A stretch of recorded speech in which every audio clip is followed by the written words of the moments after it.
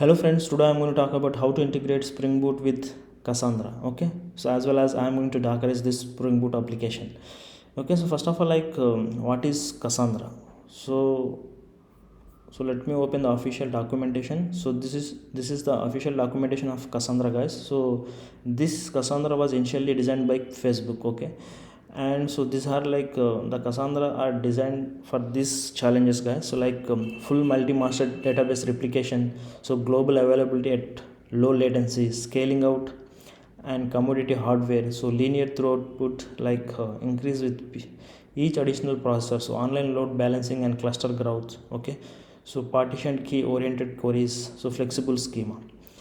So basically, like in Cassandra, so Cassandra provide like few features, guys, which is so provide like SQL, that is Cassandra query language. It's like as an SQL to create and update the database schema and across to access the data. So we will use the SQL. The SQL will allow the users to organize the data within the cluster of the Cassandra nodes. Okay, so basically so this Cassandra will have like key spaces, table, partition, row and column. So instead of schema, so if you are using if you are having experience on SQL, so we will use the schema, right? Instead of schemas we will use key space here. Okay, so this defines how a data set is replicated, for example in which data centers and how many copies. So key space contains the tables basically, so tables and partitions. Okay, this partitions defines the mandatory part of the primary key all rows in the Cassandra must have. Okay, so this is how this Cassandra will work, guys. So if you are not aware of this Cassandra, please go through this official documentation, you will get a good idea. Okay, so let me open the Spring initializer. So I'm going to generate the project for this. So let me take Cassandra package name and Spring Boot Cassandra demo. Okay, so let me add few dependencies. So one is web dependency and one more is Lombok dependency, so for setters and getters, and we need Cassandra dependencies. Okay, so that's it. You can generate this project and you can import into your IDE. So I already imported this project in my IDE. So let me create one model class. Okay,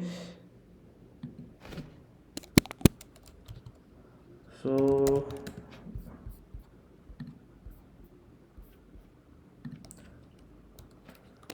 let me take product. Okay,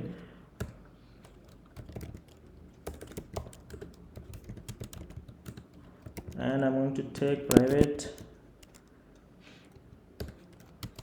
string name. Okay, so here we need Lombok data. Okay, and no arguments constructor and all arguments constructor, and we need a table. Okay, so this table is, so this package is consist of Cassandra core mapping, guys. So just make sure that, and we need a primary key here. So basically if you are using MySQL with JP-net, so we will use ID here, so that is generated ID, but so here we will use the primary key. Okay, so that primary key also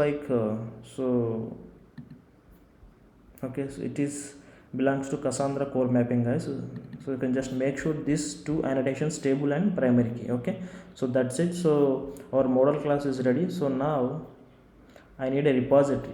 So let me create the package, guys. So repository, so that repository,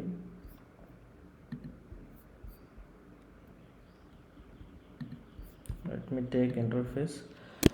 So employee, sorry, product repository. Okay, so let me extend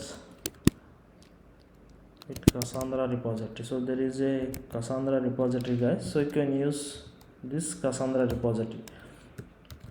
So it's like as a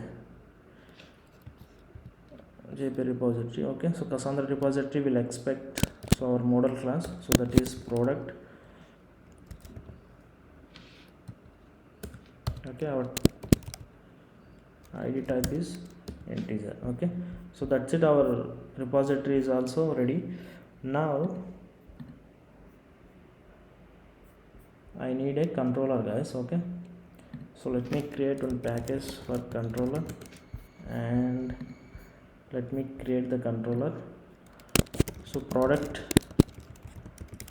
controller. Okay, so now, so this controller will have like all the endpoints, guys. So that endpoints is common for all the applications. So to avoid that, so to save the time, okay, so just copy this.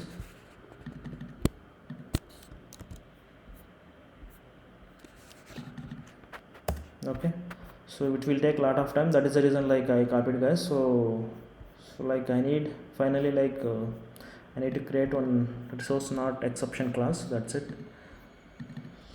So let me take,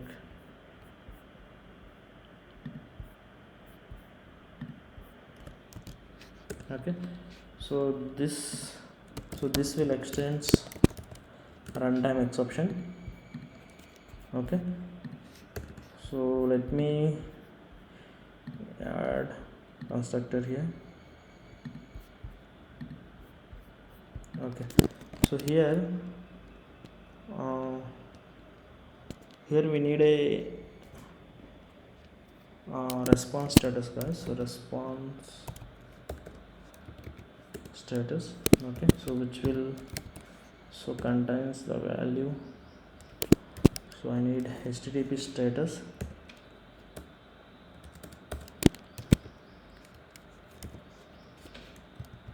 Not found. Okay, so that's it, our resource not found exception is ready now. So let me use that. Okay, so our controller also is ready, guys. So finally like we need this Cassandra properties in the application.yaml file. So what we need to do is you can define like Spring Data Cassandra. So the port number is 9042, the default port number is 9042, and contact points. So this is so if you are connecting with local Cassandra, so local database, so you can just use local database instead of my Cassandra. So I'm going to use Docker here. So that Docker Cassandra container name is my Cassandra. So that is the reason I mentioned this Cassandra. Okay, and key space name. So I'm taking this key space name as my key space. So that it's like as a SQL schema, guys. So and schema action. So if this schema is not exist, so you can. So I'm just telling create if does not exist. So it is not working, guys. Let me delete this. And entity based package. So you can just define the entity based package. So that is model. Okay, that's it. And the Docker compose finally to create so this Cassandra. So I just took this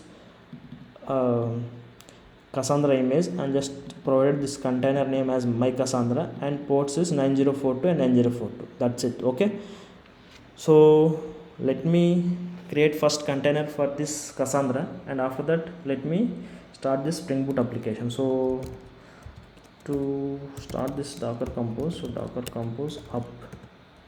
Okay, because once this container is ready, so I need to create this schema, okay, and table.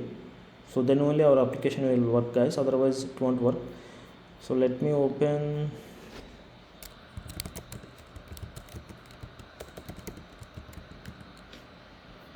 okay, so we need to connect to this SQL, so that is Cassandra query language. So we have a command, guys. So docker execute it and our container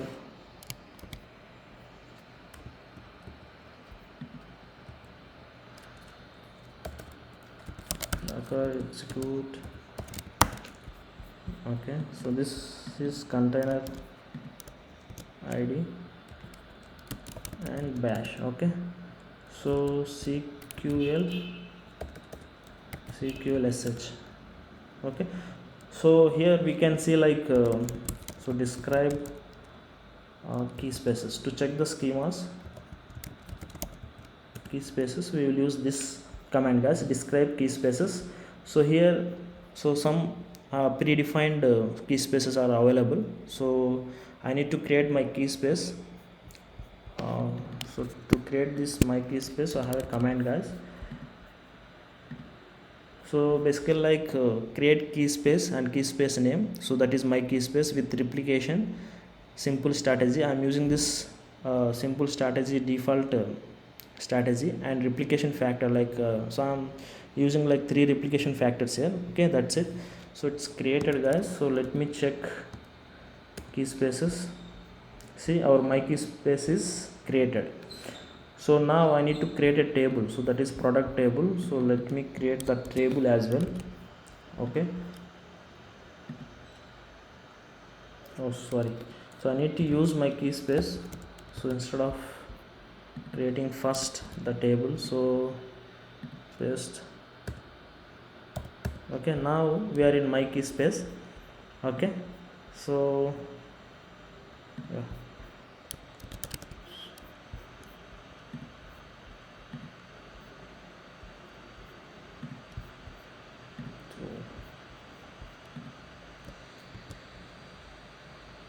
Okay, so now check describe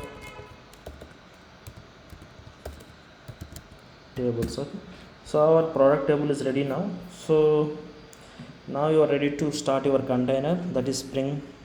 So Spring Boot application. So let me open our main class. Okay, and let me run this. So now it will use my key space, okay, that we have mentioned in the application.yaml file, and it will use so my Cassandra contact bytes, that is host, guys. So you can just make sure this host name should match with sorry, so match with this container name, that is Docker container name. Okay,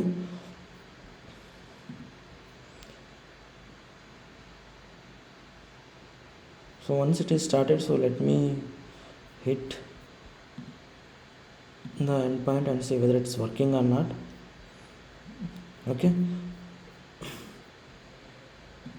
so if you have any doubts, so please let me know in the comment section, guys, so I will try to answer. Okay, so and also like I'm going to attach this project in GitHub, so you can get it from there. Okay, so it is started, guys. So let me add one endpoint. Okay, so product ID something, so let me add one product. So it is written, guys. So let me check the database. Okay, select to start from. Okay, so inserted successfully. So let me check the other endpoints as well. So get, okay, it's working fine. And specific product, get API product. Okay, it's not working. Okay,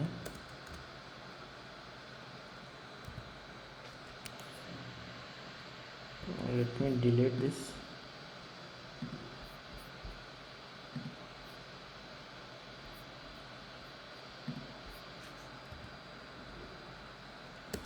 Yeah, it's deleted successfully. Okay, so yeah, it's okay. So that getting for specific product ID, that endpoint is not available. That is the reason it is throwing error, guys. Okay, so that's fine. So it's working fine. So if you have any doubts, so please let me know in the comment section. Okay, if you like this video, so please do like and subscribe my channel. Thanks, have a good day.